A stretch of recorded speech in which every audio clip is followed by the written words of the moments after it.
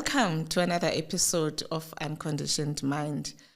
So Unconditioned Mind is a project of Awakened, and Awakened is a movement that seeks to contribute towards gender and racial inequality. So what we're covering in season 2 is healing trauma, anxiety, depression. These topics are out there, and I just feel that it's such an important topic. And actually, it came because of my book. Yes. I wrote this book, Awakened to My True Self. And there I was very open about sharing about my challenges with mental illness and how I walked my healing journey. And I found that my readers are really touched by those parts of the book. And they also then decide to start their own healing journey. Or even if they don't, but there's this awareness that there's a need to it. It may be, it's too difficult to start, but there's just this awareness that I need to do something. So really excited about the session today. I've got an exciting guest, Sinovuyo Arosi, who is a psychologist and expert in the area. And we're just going to have a great conversation. Maybe you can start by... So in this session, we're dealing specifically with depression and anxiety. And maybe, Sinovuyo, we can start by introducing yourself. Who are you? Where are you? Yeah. Thank you for having me. Yes, like you said, I'm Sinovuyo Arosi. I am a psychologist. I specifically practice under the category of educational psychology. That basically means that I work with children as young as infants up to young adults. I am in private practice currently here in Johannesburg, in Bryanston. And I provide mental health services to families, children, school-age going children, as well as moms with newborns. And then I also work with the young adult population. So these are people who are going to university or just starting off their careers, young professionals who are struggling. And I've come out to seek out these services. I'm based here in Joburg, and that's me in a nutshell. Okay, great. I think let's start with this big problem of mental illness because it's out there, and we are pleased now that at least it's spoken about. Yes. Even media is, paying attention to it. But it's so complex. I don't think we still understand it. And this awareness, it's like it's something new, but we know that it's not something new. There's just greater awareness now. Just unpack it for us. What is happening in this landscape? Sure. You're quite right. Mental illness, mental ill health, it's a grave epidemic. I mean, at the moment in South Africa, I think SADC, South African Depression and Anxiety Group, reports that 1 in 3 South Africans has a mental illness or will have a mental illness at some point. That's high. Exactly. I think UNICEF ran a poll in late 2023 where they polled children and young people, and about 60% of the young people who responded to the poll said they're aware that they need mental health services. Sure. So it's like you say, the word being out there and people having the conversations, whether it's people that are in pop culture or people that are well-known or influential people speaking about it, but also just even when you watch TV, there are a lot of topics and themes around mental well-being that are canvassing our screens and entertainment.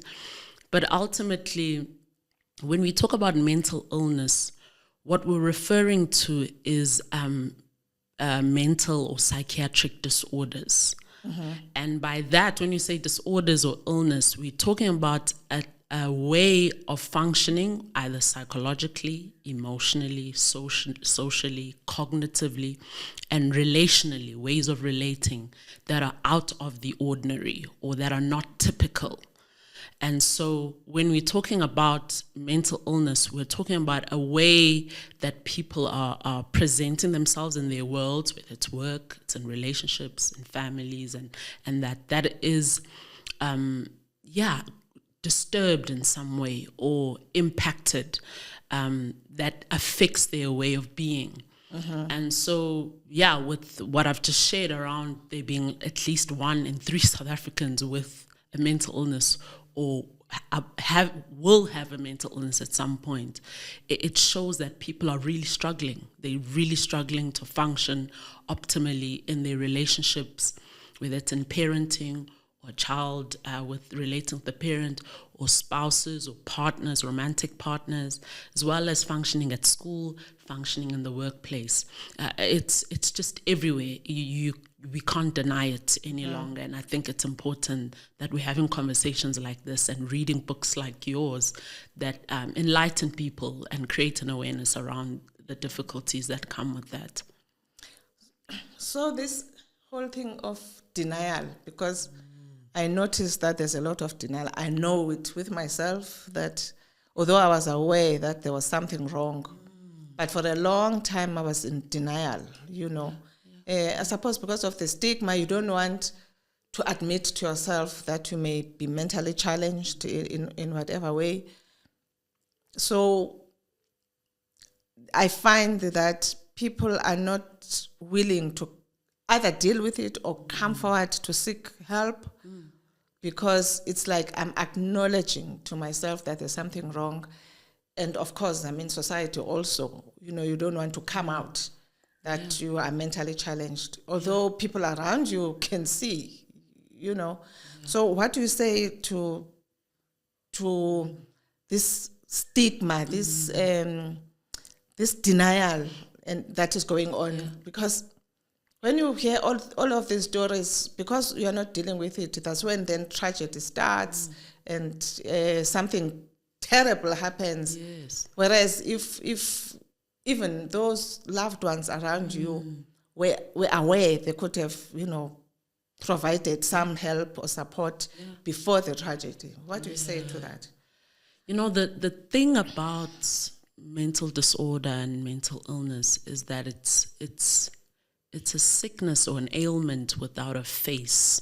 By that I mean it's not like a broken leg or a fractured bone or something. You can't point at it.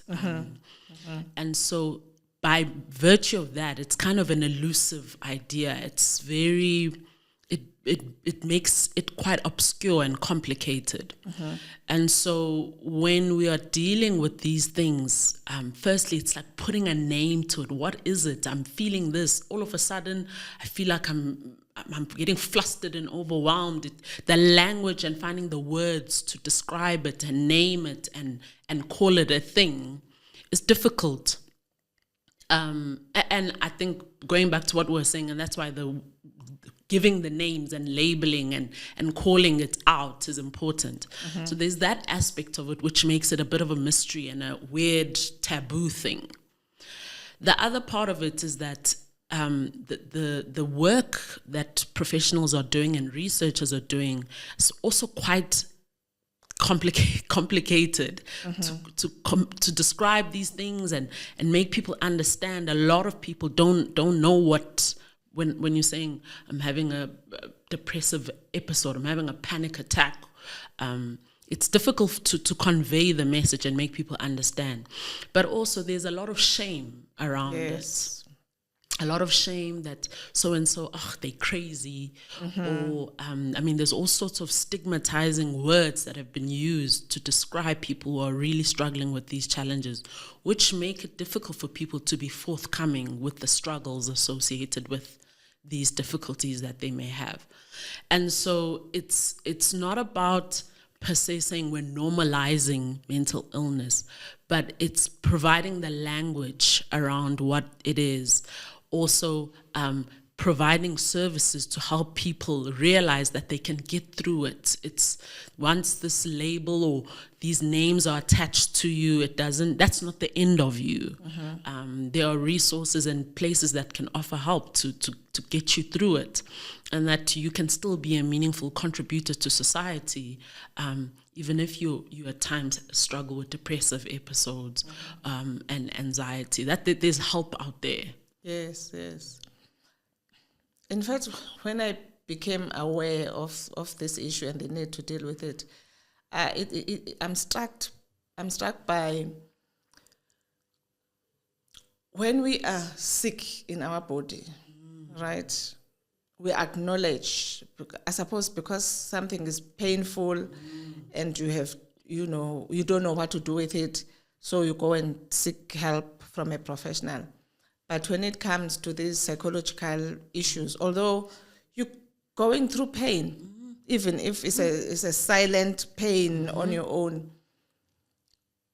but why we don't think that, your body is telling you that something is wrong, just like, when you have a headache or whatever, you have a flu or whatever, you attend to it because your body is telling you.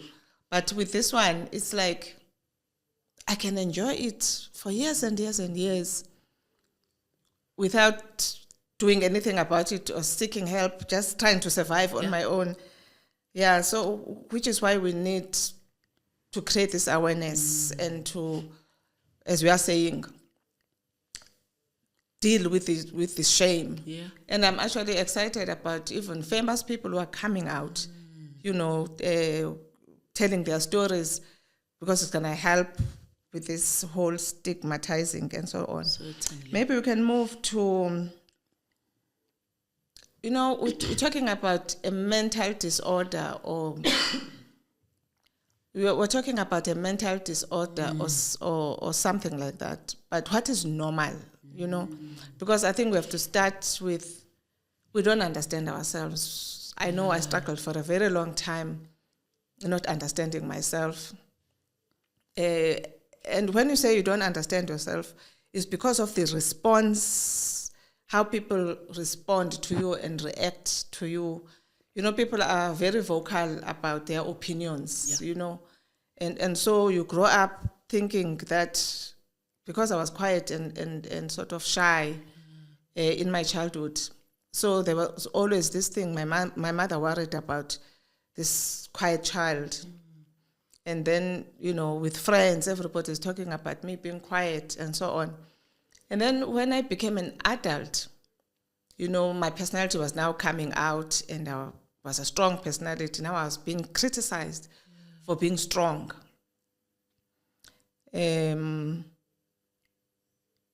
So I was just so confused as to who am I then, And I can't be complaining to people about them not understanding me, but I also don't understand myself. So I started this journey of self-discovery and so on. So I thought maybe let's just enlighten us around what is a persona, what are personality types, what is normal. Yeah. Sure. I mean, that's so important to think about and to conceptualize in light of the topic that we're talking about, because when we talk about personality, we're talking about a person's constitution, their total makeup, and their way of dealing and interacting with the world. So it's like a temperament or your tendencies, if I can put it that way. And so when we're talking about your personality, it's your makeup built up based on your experiences, good and negative, difficult challenges, and your background, your influences, which is most of the time, let me not even say most of the, which are your primary caregivers. Those are your initial and most important figures in your life that affect who you become. That's why a big part of working as a psychologist is thinking about what parenting is, because those people have a great influence on the development of a child and later on an adult, and a personality. And so, yeah, like I'm saying, it's like a total sum of the things that you've gone through and the influential relationships that have affected you. And so there's a bit of like nature and nurture in that there's your biological, physiological makeup that influences some of your tendencies. And then there's the nurtures, that the environment and the relationships and your experiences also affect that. And so when we talk about who you are and how you are, it's important to think about how those things are in relation to your ability to function. So if we're saying you're a quiet little girl growing up, I mean, in the face of it, there's nothing wrong with being a bit quiet. Then there's the question of when it's time to get up in class, for example, and present to a class as is expected for a lot of school-going children who have orals and things like that. What happens to that shy, a bit quiet person? Are they able to stand up to the task? Are there ways of supporting the ability to contribute in a class setting like that? And so when, for example, that becomes the child gets very flustered, has a panic attack, then we know that, okay, there's something else going on. Just beyond, no, she's a shy, quiet little girl. And so when we talk about personality or temperament or a tendency to be a certain way, we need to think about it in relation to the person's ability to function. Depending on where they are in life. I've just given an example of a girl in a school.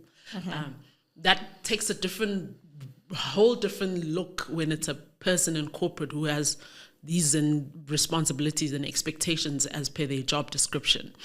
And so what we're working with when we think about the person's ability to wellness or be well, we're talking about the ability to function. Are they able to show up and perform the roles that they are, whether it's being a parent, whether it's being a learner at school, whether it's being someone at work.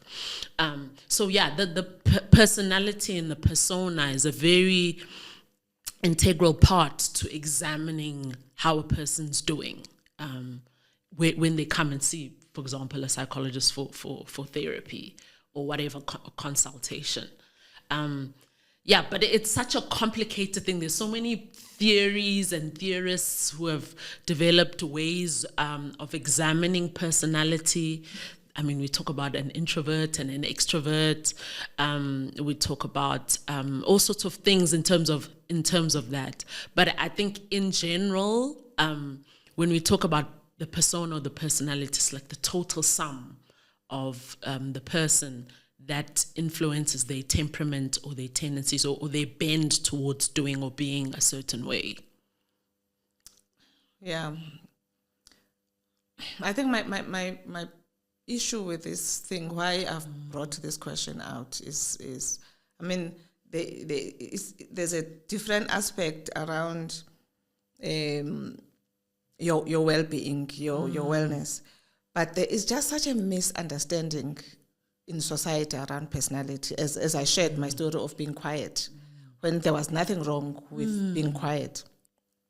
But I see also in the workplace that there are normally a lot of personality clashes, that happen because you look at yourself in a certain way. You see life through your own lens, and you expect that, everybody looks at life through your own lens. Yeah. And there's a lot of judgment. We like those outgoing people. They're the ones who get all the opportunities. And then those introverted, quiet ones who like to sit in the corner by themselves and all of that, they're often ignored, or opportunities, they are passed by opportunities because of their personality. And we've not found a way of making an effort to try and understand people so that we can see the real person, beyond the personality. Because there's someone there. There are gifts there. The person is able to contribute in terms of their own natural gifts and things like that, Yes. which you don't take the time to understand better, Yes. so that we can utilize people in their own way. And also, as I started to understand myself, I began to understand my own strengths Yes. and my own weaknesses, and very mindful of not overextending myself in areas where I know I'm not strong, and seeking to contribute, in environments where I can use my natural gifts, because then I excel, I reach my full potential. Yeah. Whereas when I'm trying to, because maybe the job requires or whatever, and I'm not saying, there are aspects in life where you will have to do things that you don't enjoy or you're not good at. But, how you are judged is as if there is this norm. Yeah. And because I'm not strong in that norm, then I'm judged to be, not a well performer in that area. Whereas when I play to my own strengths, I shine, I so on. Yeah. So how can we understand these personalities? And it is important that we understand ourselves, because when I began to understand myself, I could navigate spaces and environments better, whereas when I didn't. I'll give an example. For instance, I was in the auditing profession, and it's a very technical environment, and I didn't understand why I hated auditing in the first place. And I didn't understand why I hated auditing. And then when I remember when I was doing articles, I was promoted as a manager. And then I was in this managerial position, and also very technical. I lasted a month there. I was like, no, I'm leaving. I'm dying here. And it was when I was, reflecting on why that I began to understand myself. I'm not very good at technical things. That's why I don't enjoy auditing. And also, I'm not good at operational things. So that position was very operational, right? I'm more a strategic person, groundbreaking and things like that. So when I was put in a position of, if I'd stayed there, I would have failed in that position, because it was demanding aspects of myself that are not strong, So when I began to realize that, I moved out of auditing, for instance, and always, was the CEO, because the CEO gave me a position to be, I'm a good leader, I'm a strategist, I could use my strength there, and I excelled. Whereas if I'd continued and pursued my career in auditing, I would have failed, and I would have seen myself as a failure. Whereas I was not playing to my strength. That just unpack this understanding for my listeners who are maybe struggling, not being understood at work, and seeing themselves as failures. Whereas, that's not the position itself is the problem, not the person. I mean, it's so helpful that you've painted out your journeying with that, because I think a key ingredient, you talk about being reflective, and we want people to be reflective about what's going on with themselves. But it's so helpful when people are situated in organizations, institutions, contexts that are also reflective about what's going on with this employee and this role. And the key ingredient for that is curiosity. I mean, we could go on another topic about how important curiosity is for productivity, and even civilization and growth of a people group. But I'm saying that because I think that what I've seen is that people who tend to excel, because there's an aspect of what you're talking about that is intrapersonal, about stuff that's going on within yourself, with yourself. Then there's stuff that's personal that happens between you and others in the workplace. And I bring curiosity in a reflective way of being, because you need to get to a point where you can recognize that actually, no, I'm not good at this. Yeah. And to get there, there's a point that you need to ask yourself, why am I struggling? Why is this uncomfortable? Why every time I'm in a meeting with this group of people, I'm feeling this way? The why and the asking yourself those questions is the curiosity about what's going on. Not in a judgmental and self-critical way, where you're standing on a high horse and looking down on yourself, but a real serious, like, hey, when every time I'm in this setup or there's this requested of me, I can feel my throat tightening, or I just can't seem to make my way around this concept or this part of my job. And to ask yourself why, because like you said, there are things that you're walking into your workplace with as a personality, that are gonna come straight and directly in contact with the parts of you that maybe aren't, I'll say, refined or worked through or unpacked for yourself, which will cause those tensions. Sometimes it is best to say, actually, no, I don't want to do this. Like in your case, I'd rather focus on this, and it's in the best interest of the company or the organization I'm in. Sometimes it's good to challenge yourself and say, Yes. This is not really, I don't want to be people facing. I don't like customer facing work, but there's a part of your journey where you want to get to, where you want to develop those people skills. And so you put yourself out there until you reach that goal. And so I think for me, in the development of a person, curiosity and reflection is very important to tease out what you bring to the table and how you are interacting with the people at the table professionally, and to start to make sense for yourself where you want to go with your career, your aspirations, and just general your general development, whether it's in being at home with your children or whatever situation you find yourself in as a person. Yeah. It's so important what we're saying, because so you may be judging yourself and others are judging you, and you may feel like you are a failure, whereas if you did reflect, you realize what, as I realized for myself, for instance, and made the right decisions and choices.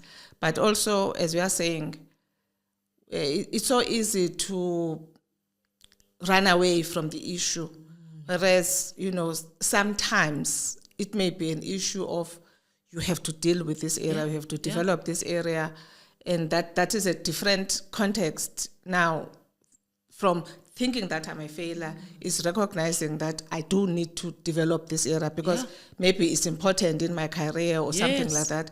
Running away is not going to solve the problem, because that's what we do. We just run away, rather than face the problem. But what I don't want is, people being destroyed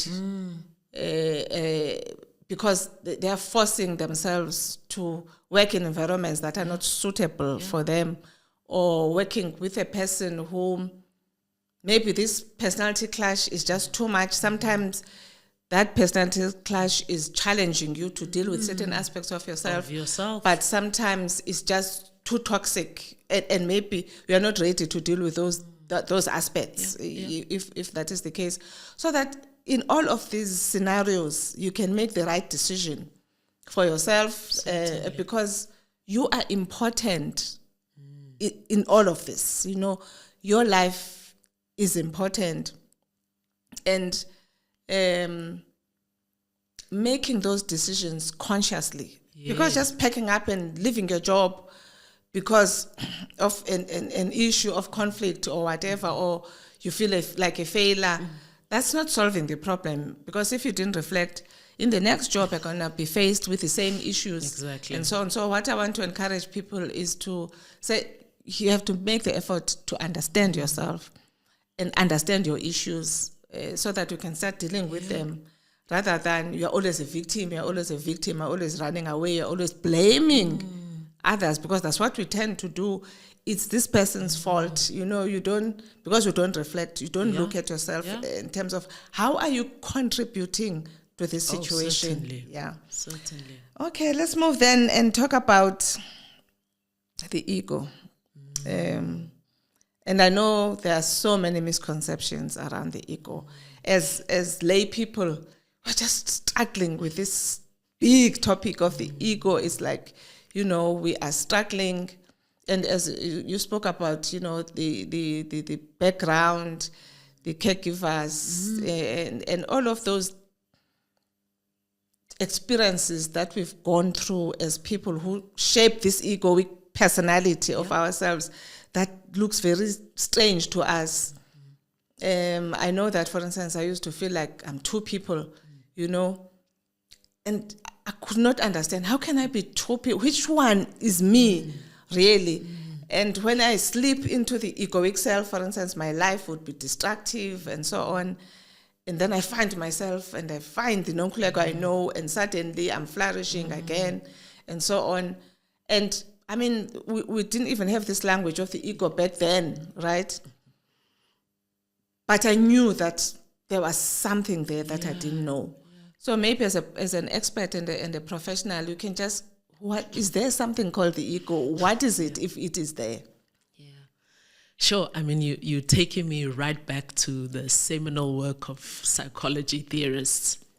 The word ego, as I've encountered it in my training and trying to understand people, personality development, and that it comes from our godfather of psychology, Sigmund Freud, and he presents this thinking and this theory around the development of a person, and he says that there are, within the unconscious, there are three structures that are there. I'll call them structures or faculties of a person. And there's the ego. Now, let me put it in this way. There's first a pleasure center, a part of you that seeks good things, pleasurable things. And in that, I can put good food, leisure, sex, all the things that give excite your pleasure centers. And then there's also a part of you that is a moral center that wants to seek justice, do what's right. That's a part of the person that wants, let's say, to be a CEO, to overachieve, wants to follow the norms and the rules of the society that they find themselves in. That's the moral center. And then there's the ego. The ego serves as a buffer between these two things, the pleasure parts of ourselves and the moral parts of ourselves. And so, as you can imagine, we don't want people to be on the extreme end of the moral and the pleasure center, because if you're on the pleasure center, that's where you will find binge drinking, binge eating, all the things to the extreme. At the same time, we don't want people to be on the extreme end where all they're doing is getting A++ for every test and every exam, doing all the right things without a balance, right? So what the ego does, it brings a sense of reality between these two extreme ends. And so what has happened is that framing from a psychological perspective has kind of taken a different, I'll say the word ego has kind of been used in a very different way as we talk in general. Hey, he's got a big ego, or this person, the ego's flared up in the meeting. People generally nowadays use the word ego to mean that someone is being self-serving or being self-invested in an extreme way. And so I think what happens is that a lot of people don't want the world to present this moralistic position, which tells you you're wrong, you're not right, like this judgmental, critical part, because that's the dark side of this moralistic part of ourselves, where shame and guilt exist. So when you in a meeting and you hear someone saying his ego got big or whatever, sometimes it's kind of appealing to the shame and the guilt or the criticism that may be coming at the person, and so they kind of get in a defensive position.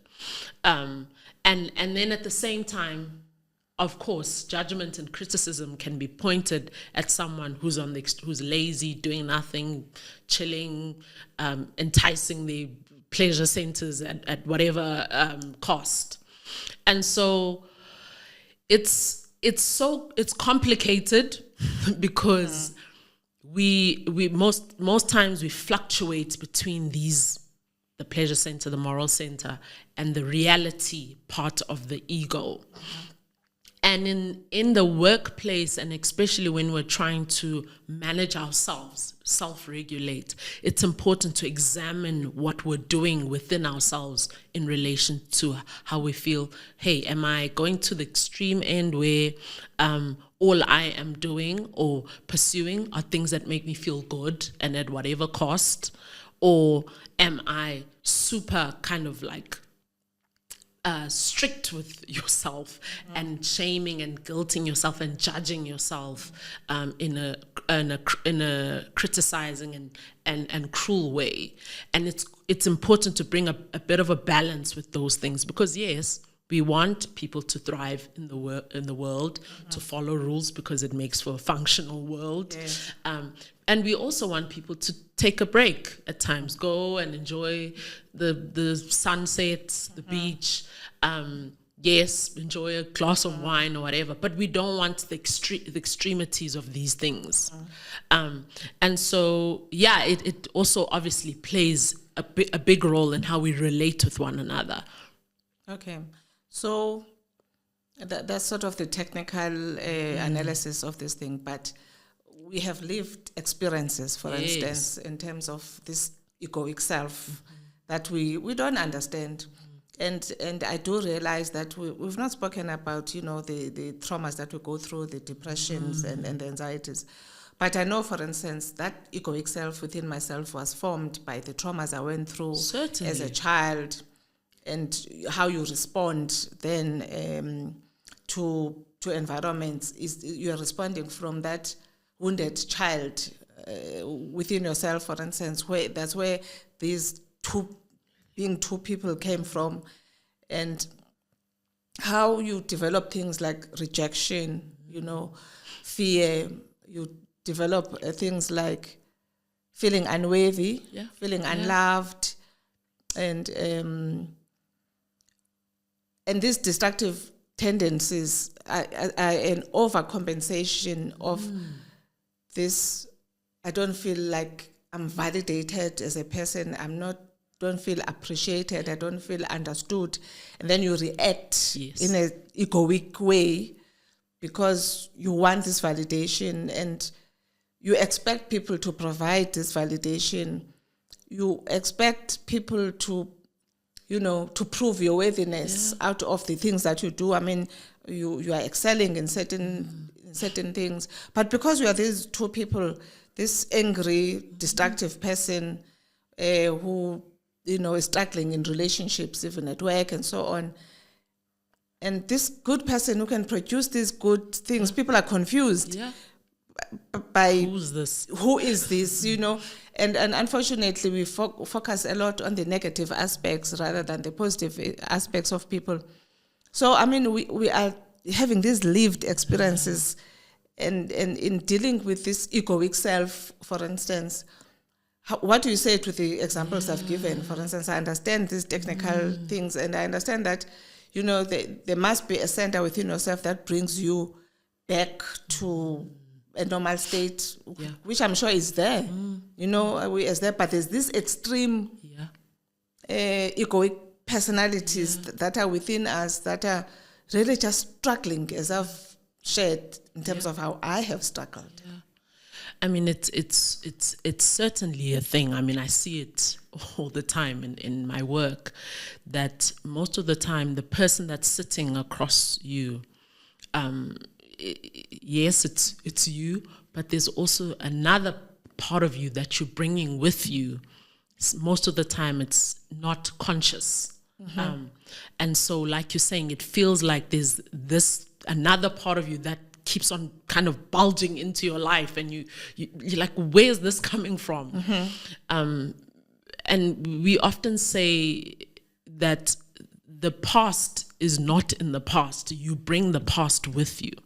And so the trauma that you've experienced, the needs that were not met in your childhood, they will often come knocking, wanting to be met, even in your adulthood.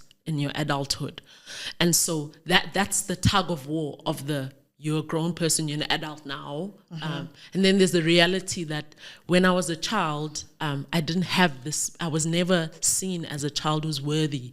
I was never seen as the child who's smart, or I was never seen as the child whose needs were taken seriously and could be met in people who've got a history of child neglect.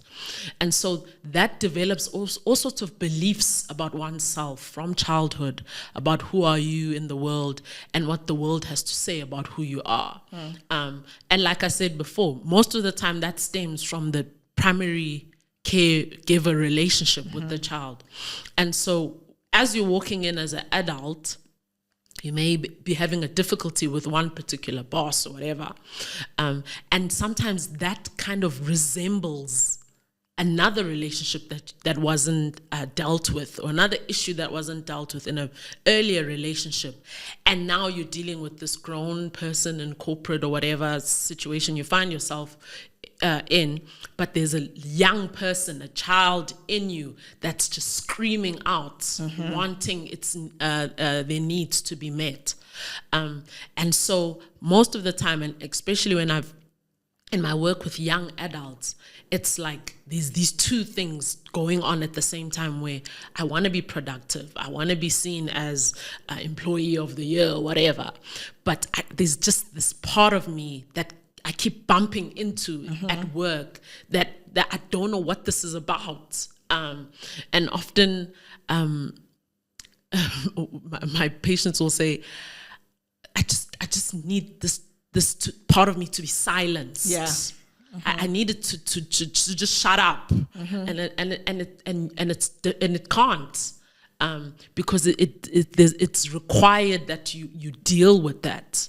And I mean, back to what we're saying about being curious, we need to be curious about what that child is saying, what that inner child in you is calling out for, even in your adult body. Because once you resolve that, you'll find that even how you deal with people and how you see yourself respond to things, you'll understand, no, that's that little girl.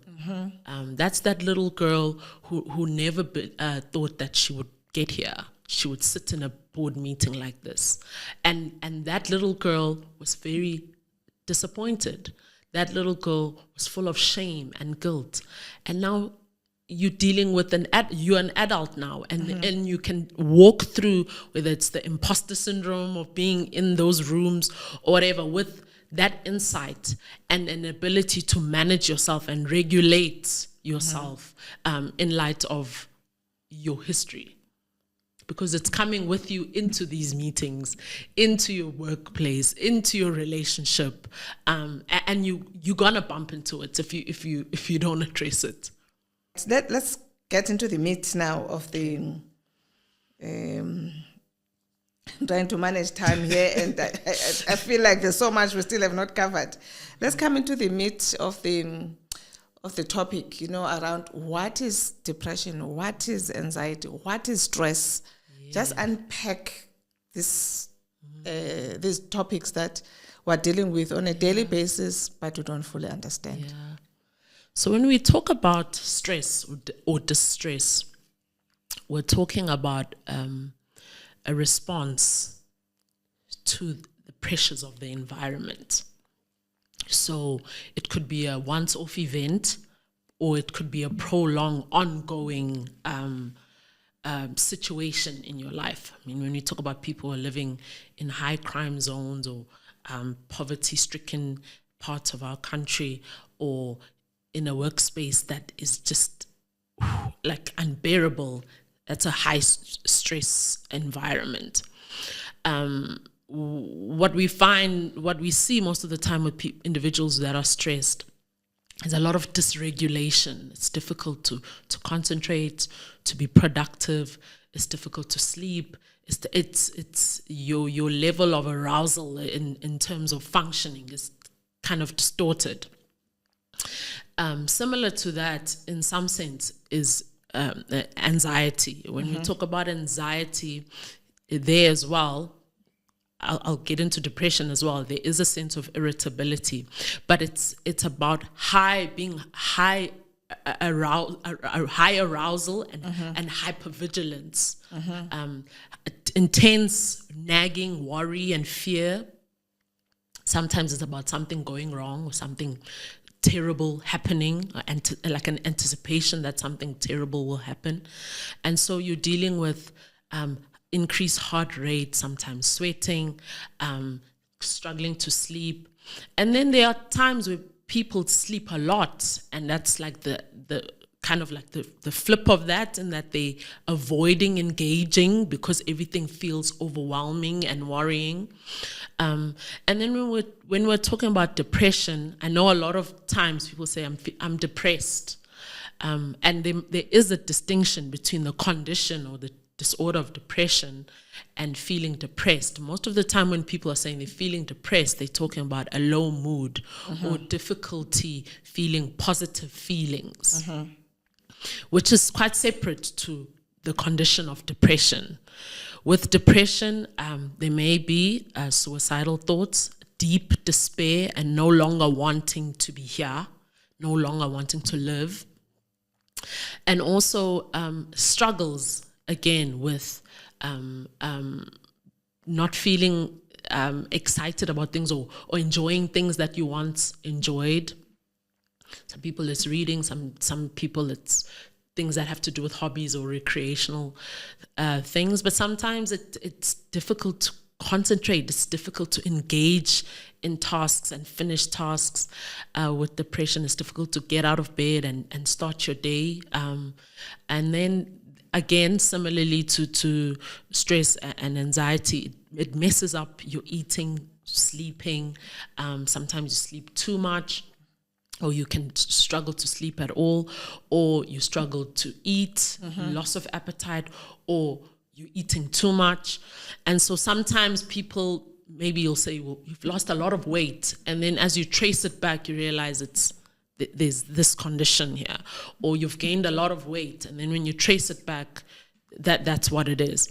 And so these three conditions, they're quite related. Most of the time we find that people with depression also show signs of anxiety. There's a whole neuroscience and biopsychology related to how those disorders are kind of siblings. From a neuropsychological neuroscience perspective, because of the brain wiring and that type of thing. But yeah, they're very prevalent. I think in South Africa the statistics are quite high with depression and anxiety, and a lot of people are living with these conditions and not getting help. So how do I mean, you've described them, but I'm just thinking about an ordinary person, like,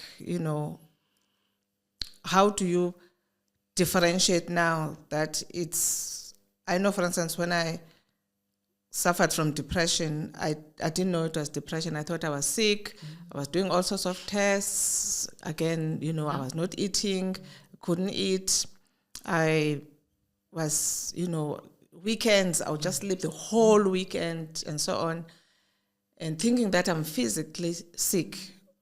I actually identified it for myself that no, man, I'm not sick here. This is depression.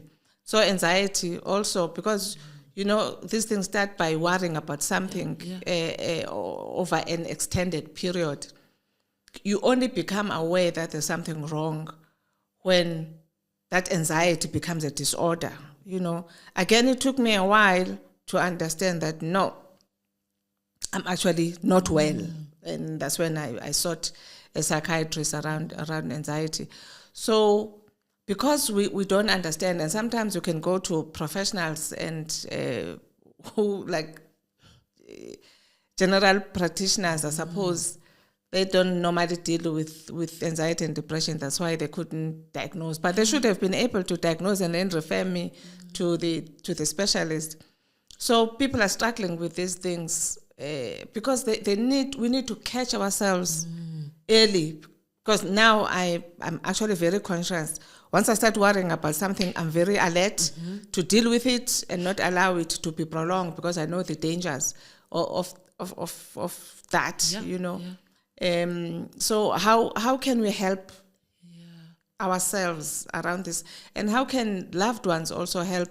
Because these suicidal thoughts, for instance, I remember when I was going through this depression, that there were lots of deaths in my family, one after another. I mean, within weeks, within the extended family. I used to envy those people. They are gone. I wish I could go. I just didn't have the courage to actually commit the suicide. But some people have the courage, and I suppose those around us don't actually pick up the red flags early to be able to help and intervene early. Just help us understand. How do we understand these triggers, and how do we know it's time now to seek help from I'm feeling down today or to I'm just anxious about this project at work to no, this now is a disorder. Yeah.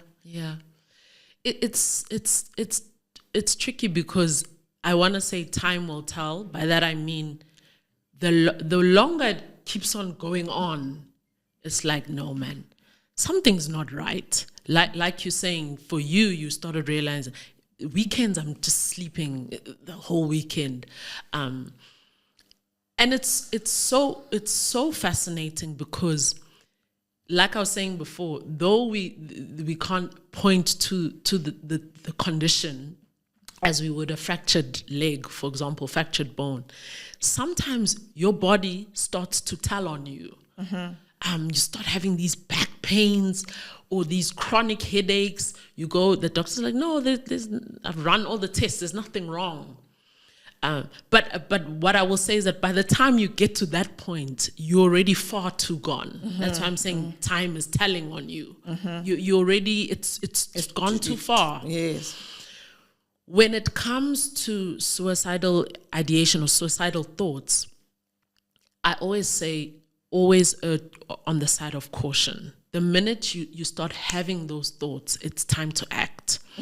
And I mean, as a psychologist who works with children, I find that parents will be like, she's just attention seeking. She's just trying to get us all worked up. And people, the caregivers or parents won't take it seriously. But I would say that you would rather act than not. Just because of how complicated these conditions are and how easily accessible people who are really serious about getting it done, they can go to measures to make sure that it happens, when the despair and the sadness and the anguish has reached a extreme heights, which we know that it does. There's lots of deaths by suicide in our country every day. And we know that most of the time, individuals like men, they're most likely to execute. Yes, they have the courage. They do the most violent acts in attempting, in executing their suicides like that. So it's always err on the side of caution, act rather than not. And it's important that we also speak about these things, because like you're saying, only retrospectively you realize that a part of your wish at the time was wanting to be dead like the people that were dying in the family. But at the time it wasn't like a conscious, I am suicidal. It wasn't a thought as clear as that. But there was a wish and a longing to no longer have to deal with whatever I was life. dealing with. Yes. And yeah. Okay, there are people who say, I have a tendency towards depression, and they struggle with depression all of their lives. And then there are those, I can't say I have that tendency, but my big issue is anxiety. And so I slip into depression because of the anxiety. And so I understand anxiety more than depression, I would say, because with depression, I catch myself immediately, I see those signs. I lose appetite. I want to rest more than is required. Then I wake up in a day and I can, release myself from that depression immediately. But with anxiety, for me, it's like a very complex thing. Yeah. Because it's in your mind. It's like your mind has gone rogue on you. You have these fears and anxieties that are not real, right? And you can't seem to control them, And then, of course, those attacks, whether it's a panic attack or your mind just functions in a way that you don't understand. And I remember a therapist saying, you're not really sick. It's just that your mind now has been programmed by the anxiety and is now functioning in its own way that you don't understand. And they say that, you can never heal from anxiety because there would be a trigger and that whole anxiety just floods back as if I was not okay. For a whole year I was okay, and then a trigger happens and then it's all back. You're dealing with the whole thing as if it's fresh. You have a new episode. Yes. Yeah. Just talk to us about what goes on in the mind. And maybe you can just, as we are saying, that there are siblings, anxiety and depression, because I also want those who have a tendency towards depression to also understand how to deal with themselves. Yeah. I mean, these, what we can't neglect is that these are conditions with a neurochemical basis, in that they are parts of the brain and brain chemicals that fire up or that occur as a result of these conditions. Or let me say, neurobiology occurs that elicits the behavior associated with these disorders. Yes. And so, like you're saying, the mind that has gone rogue, it's like you don't have control over it. And when you use the word rogue, I think of a mind that has kind of deceived you or presented something that you were not expecting. I mean, when we talk about clinical depression, there are studies that show and even brain scans that show the depressed mind and the brain chemistry around that. And so that's why in a nutshell, when you have that level of disturbance neurochemically, it's important to seek the help of a psychiatrist who will prescribe medication to help balance out things for you in the brain. But I think what's important to think about when you are living with this condition, there's a level of self-awareness that is required, because you know that, okay, I have a tendency towards this. And so when there's a death in the family, I think bereavement is a very common kind of trigger for that type of thing. Not to say that grieving and bereavement is not a kind of a normal thing. It's expected when you've lost someone. But for people who have these conditions, it can set off an episode, depressive episode, for example. And so when we are thinking about managing the condition or being healed from the condition, I prefer to use the language of managing the condition, because as you go through a life and you experience all sorts of things, like you're saying, there may be those things that set it off, which is why the self-awareness is important. But I found that when people are completely removed from how much the condition is impacting their overall well-being, it's almost like it just gets worse and worse and worse, and to pull you out, to help you out of that hole, becomes more complicated, especially because not one medication fits for everybody and for every condition.